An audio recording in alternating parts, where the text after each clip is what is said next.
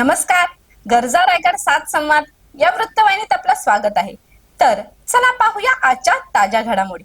खारेपाटात वादळापेक्षा निकृष्ट कामाचा फटका, शेकडो वीज खांब कोसळले, ठेकेदार व अधिकाऱ्यांच्या चौकशीची मागणी. पेण तालुक्यातील खारेपाट परिसरात गेल्या आठवड्यात झालेल्या मुसळधार पावसामुळे मोठ्या प्रमाणावर वीज यंत्रणेचे नुकसान झाले. मात्र स्थानिक ग्रामस्थांच्या मते केवळ वादळ आणि पावसामुळे नव्हे तर महावितरणच्या वीज खांब उभारणीतील निकृष्ट दर्जाच्या कामामुळे शेकडो वीज खांब कोसळले असून संबंधित ठेकेदार व अधिकाऱ्यांची चौकशीची मागणी जोर धरत आहे. दीव ग्रामपंचायत हद्दीतील मंत्रीबेडी, विठ्ठलनगर, कणे, बोरजे, सरेबाग, वाशी आदी या भागांमध्ये वीज पुरवठा पूर्ववत करण्यासाठी स्थानिक तरुणांनी मोठे योगदान दिले. ग्रामस्थांच्या म्हणण्यानुसार वीज खांब उभारताना आवश्यक खोलीचे खड्डे न खणता तसेच सिमेंट, वाळू व खडीचा आवश्यक प्रमाणात वापर न करता खड्डे मातीने भरून वरवर सिमेंट व दगड टाकण्यात आले. त्यामुळे पावसाचे पाणी खड्ड्यांमध्ये शिरल्यानंतर अनेक खांब कोसळले तर काही वाकले असल्याचा आरोप करण्यात आला आहे. स्थानिक नागरिकांनी संदीप नामक ठेकेदाराने हे काम केल्याचा आरोप केला आहे. तसेच या निकृष्ट कामाबाबत जाब विचारला असता संबंधित ठेकेदाराने अरेरावीची भाषा वापरल्याचाही दावा ग्रामस्थांनी केला आहे. त्यामुळे वीज यंत्रणेचे झालेले मोठे नुकसान हे नैसर्गिक आपत्तीपेक्षा निकृष्ट दर्जाच्या कामामुळे झाल्याची चर्चा परिसरात सुरू आहे.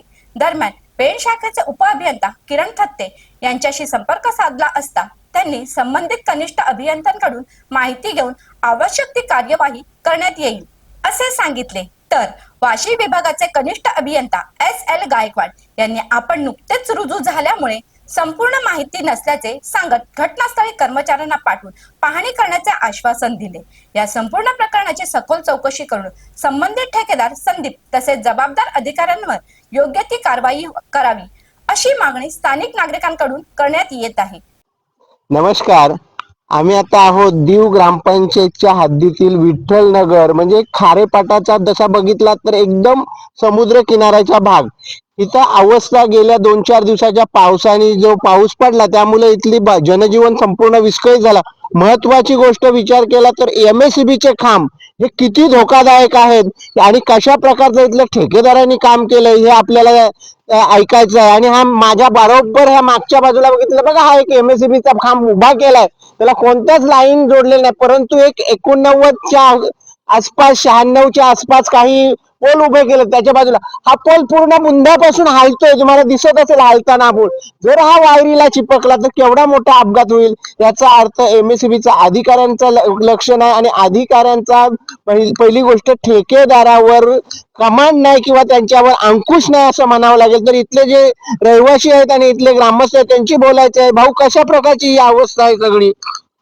ही अवस्था कॉन्ट्रॅक्टदार आणि इलेक्ट्रिक बोर्डाने दिलेलं ते काम यांचं सगळं ही चुकीचं कारण. हा जो सिमेंट दिसतोय ना, हा सिमेंट फक्त वरतीच दिसते. येतात माती चिखल असल्यामुळे रोडतात आणि उभं जातात. आता माझ्या दाराच्या समोर सुद्धा तो पोल आहे, त्याची अवस्था बघा. तिथे हात लावला तरी करंट देतोय. तुम्ही लावून बघा. आता 4 वेळा मी कंप्लेंट केली तरी पण त्याच्याकडे दुर्लक्ष आहे. अधिकाऱ्यांनी लक्षच दिलं नाही. 89 पासून इथं काहीच नाही. आता त्याचा ब्लॅकेट सुद्धा बघा, ब्लॅकेट झालेत काय वायरीमध्ये बांधून ठेवले. बरोबर आहे. म्हणजे ही अवस्था आहे. आणि 89ला जी लाईट आली ती लाखोल्यातून आलेली आहे, मेन लाईट.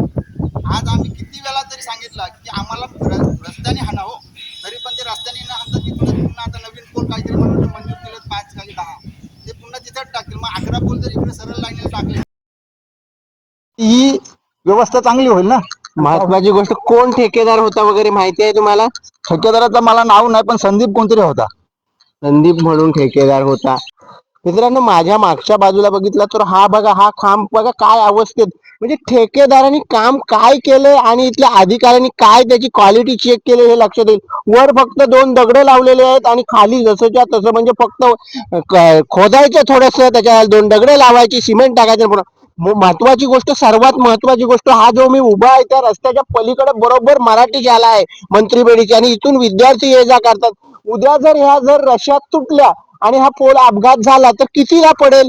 त्यामुळे विचार केला तर या अशा प्रकारचे कोणते ठेकेदार आहेत, कुणीतरी संदीप नामक ठेकेदार आहे, या ठेकेदारांना पहिल्यांदा ब्लॅक लिस्ट करणं गरजेचं आहे. कारण अशा ठेकेदारांच्या मुलं संपूर्ण काय होते तर महावितरण कंपनीचं नाव खराब होते आणि महावितरण कंपनीचं नाव खराब करण्यामागे ठेकेदार आणि अधिकाऱ्यांचा संगनमत हाच आहे. एवढंच सांगणं इथं आहे. कारण या दुर्गम भागात सहसा कोणी यायला मागत नाही. माझ्या मागच्या बाजूला बरोबर एक पोल पडलेला आहे, बांधलेला आहे संपूर्ण रस्त्याने, आणि बरोबर माझ्या समोरच्या बाजूला सुद्धा एक पोल बांधलेला आहे रस्त्याने. तर अशाच अनेक ताज्या घडामोडी पाहण्यासाठी गरजा रायगड 7 संवाद या वृत्तवाहिनीला सबस्क्राईब करून बेल आयकॉनवरती क्लिक करा. धन्यवाद.